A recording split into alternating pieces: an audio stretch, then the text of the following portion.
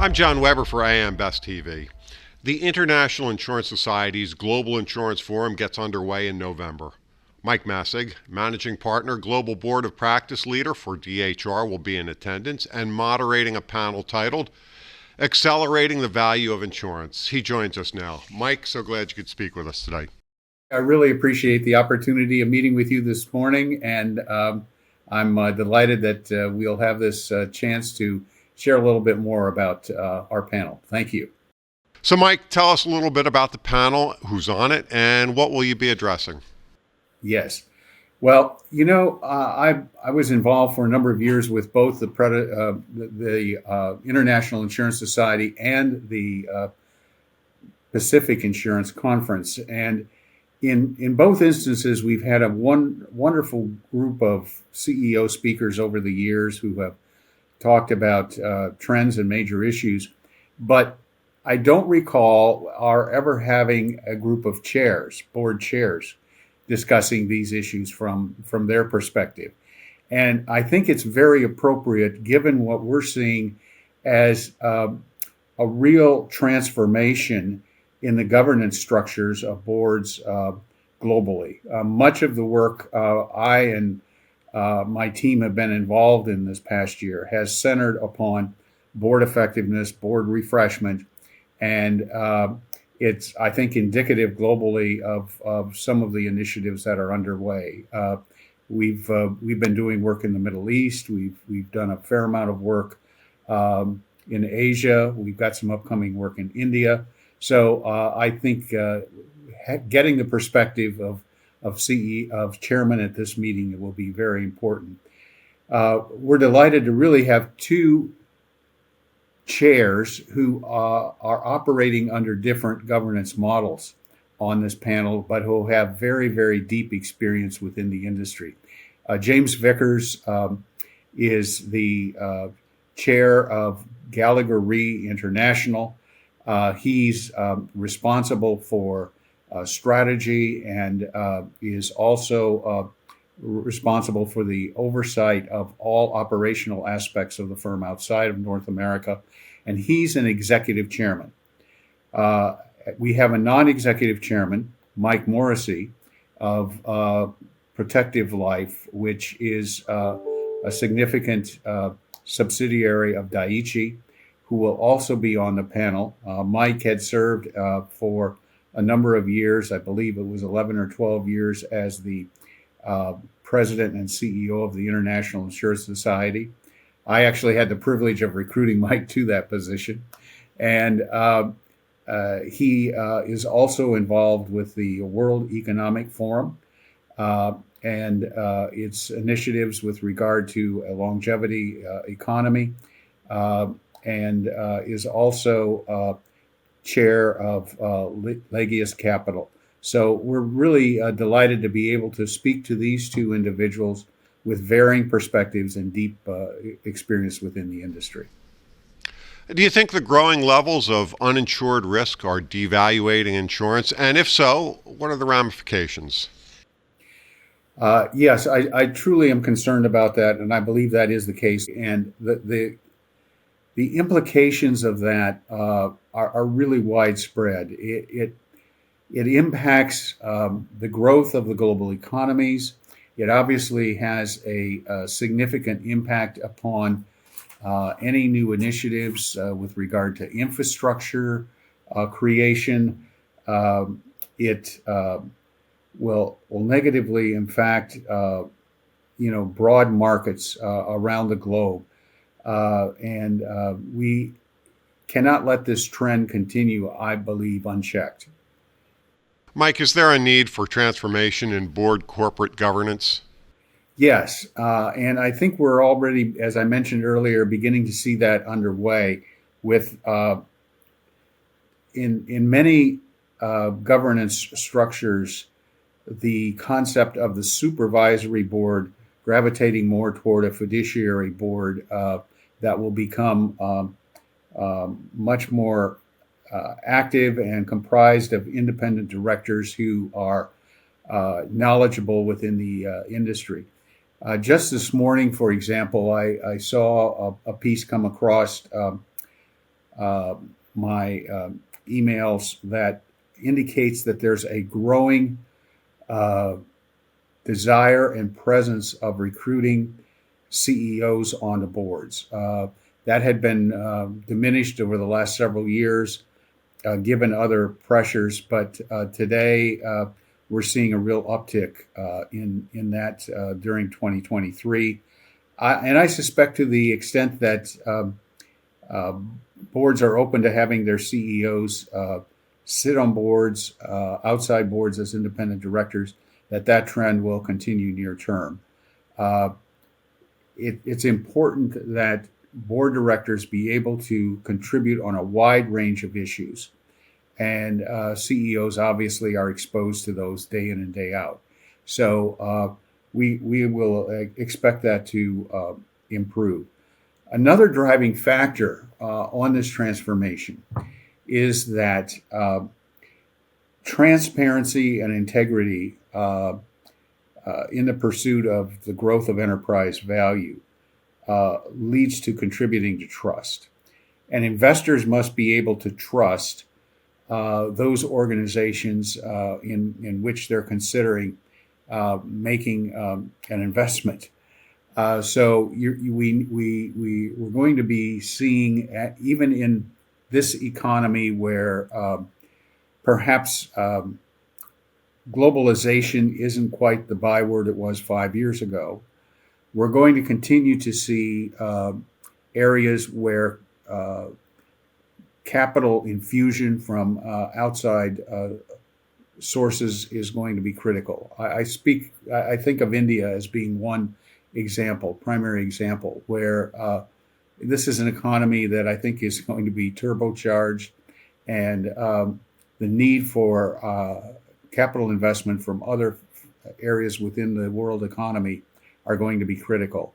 And so you'll begin to see, I believe, some significant growth and transformation of the board governance structure in an area such as India in order to engender the kind of trust that will be helpful in making these investments. In a climate of growing uninsured risks, how can insurance boards adapt their strategies to ensure that insurance remains a valuable financial tool for individuals and for businesses? Yes. Well, I think that boards are going to need to undertake a more active role in creating a vision for the organization and also in its strategic development. In many instances in the past, those responsibilities had been handed off to the executive team with a board providing more or less approval for that set of initiatives. But today, a second set of eyes and ears is going to be absolutely critical. And that's where the board's role and comes in.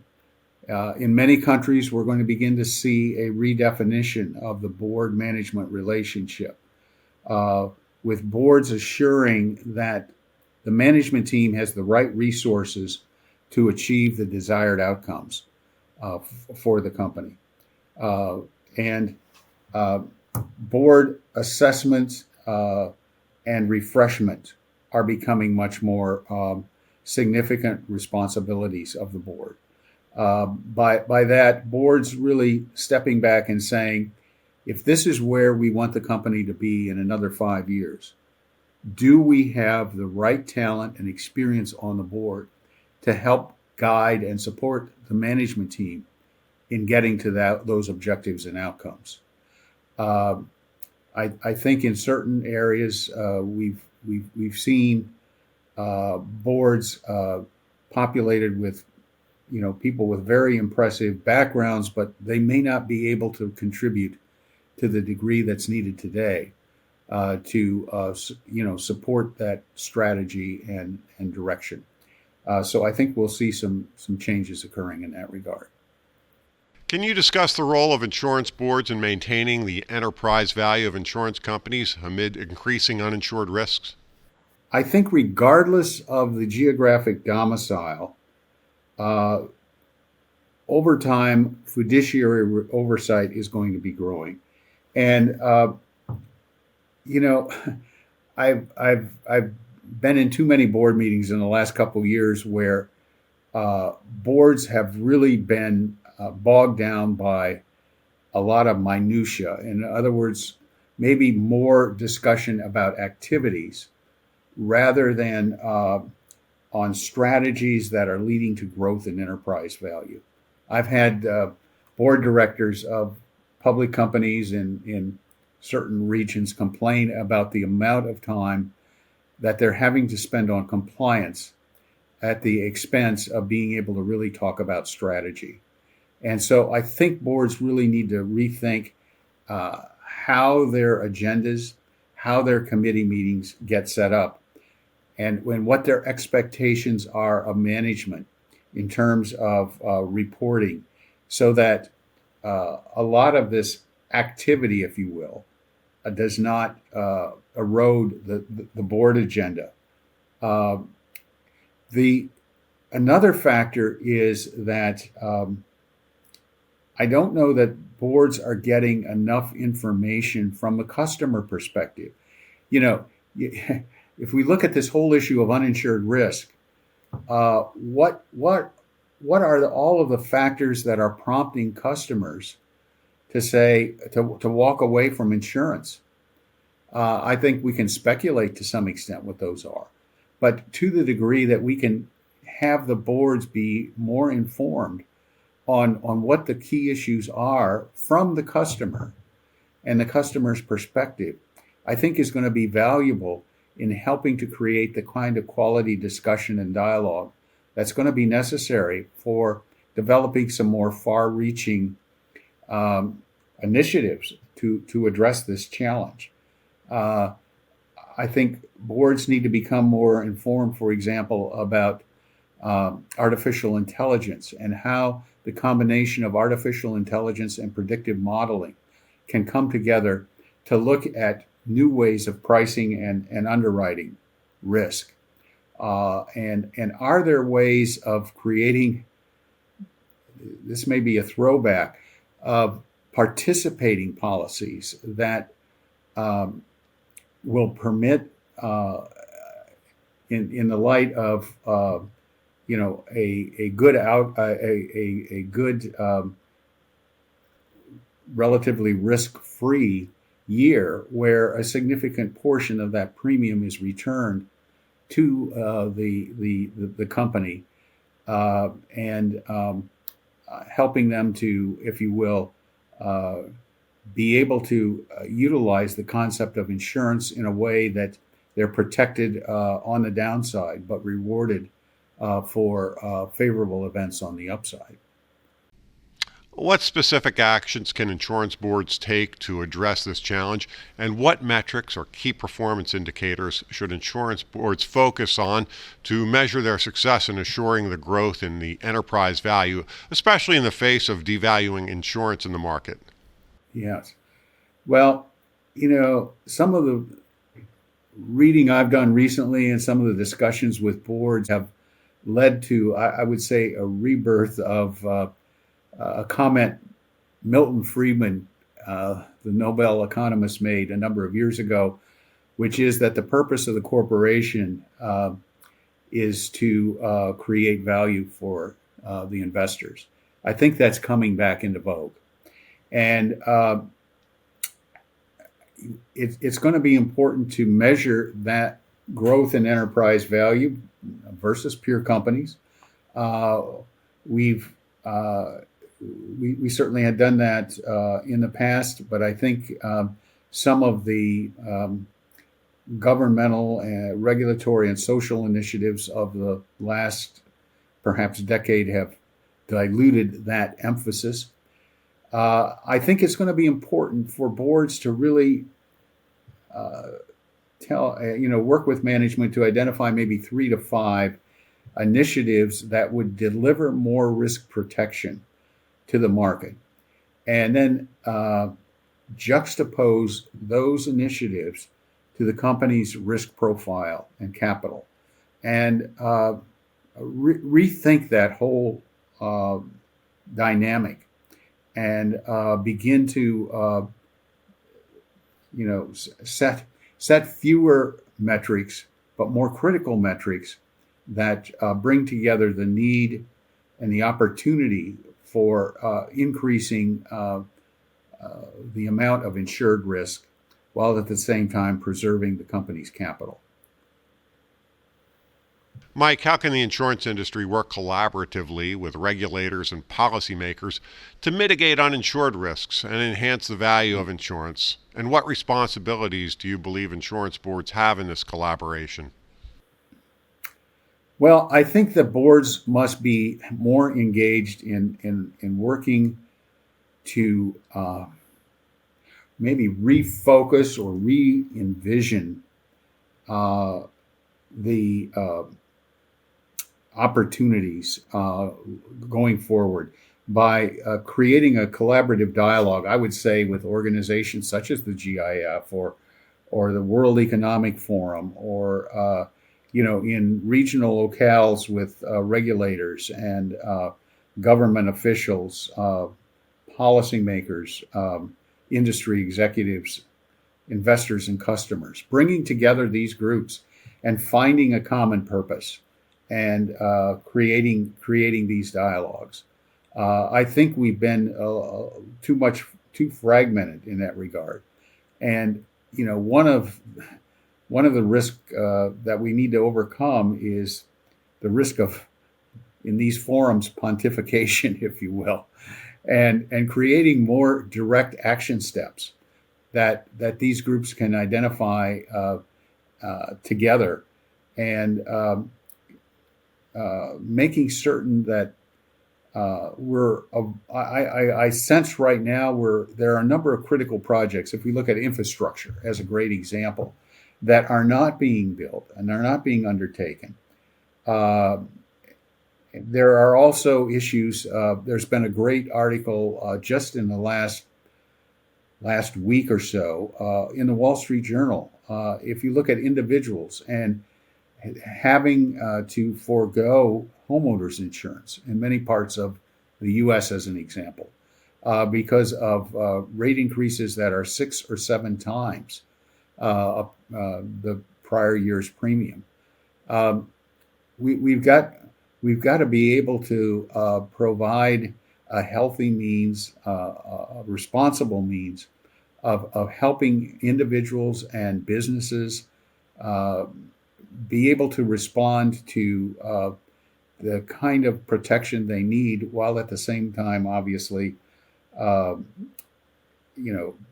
providing a means of enterprise value creation. So I think boards need to get more involved in helping to affect these dialogues, becoming a participant, and listening and contributing, both on a regional scale and on a global scale. Given the rapidly changing landscape of risks, including emerging threats like cyber attacks and climate change, what strategies should insurance boards consider to proactively manage and capitalize on these risks for the benefit of enterprise value growth? Yeah. First and foremost, I think boards need to set a baseline of board knowledge on these issues. I think that there has been, a great deal of unevenness in that regard, and it lends itself to maybe the lack of a good dialogue and being able to make some quality contributions. I think additional perspectives are helpful. Maybe the boards will generally have an outside compensation consultant, an outside counsel, outside auditors. Maybe they need to have experts in these particular areas that they can call upon. Maybe they need to bring in a customer perspective as well, again, on some of these issues to gain a better understanding of what the people are confronting that they're trying to serve. And one interesting trend we've seen in the last several years is that independent directors are serving on fewer boards, but they're devoting more time on the boards on which they serve. And I think that's a trend that boards ought to look at. In the past, we've seen that if a person is serving on 3 boards, outside boards, as an independent director, that's been basically the limit that many nominating governance committees will consider for board service. That may be changing, and maybe 2 is going to be a better number going forward, with a greater amount of contribution that needs to be made. I was working with a board earlier this year in the Middle East, where the chairman served as a chair of 12 different boards. Now, I can't comment on how well informed he was, but where I've been exposed to boards where the chairman has served maybe on 2 boards, the level of engagement was dramatically different in those situations. So I think we'll have boards examine some of those requirements and expectations with regard to contributions going forward. Mike, so glad you could speak with us today. It's been a real delight, and I'm really looking forward to the meetings in Singapore. I think that there's a lot that can be shared, and a lot that the participants will gain from that experience. That was Mike Magsig, Managing Partner, Global Board and Practice Leader for DHR, and I'm John Weber for IAM Best TV.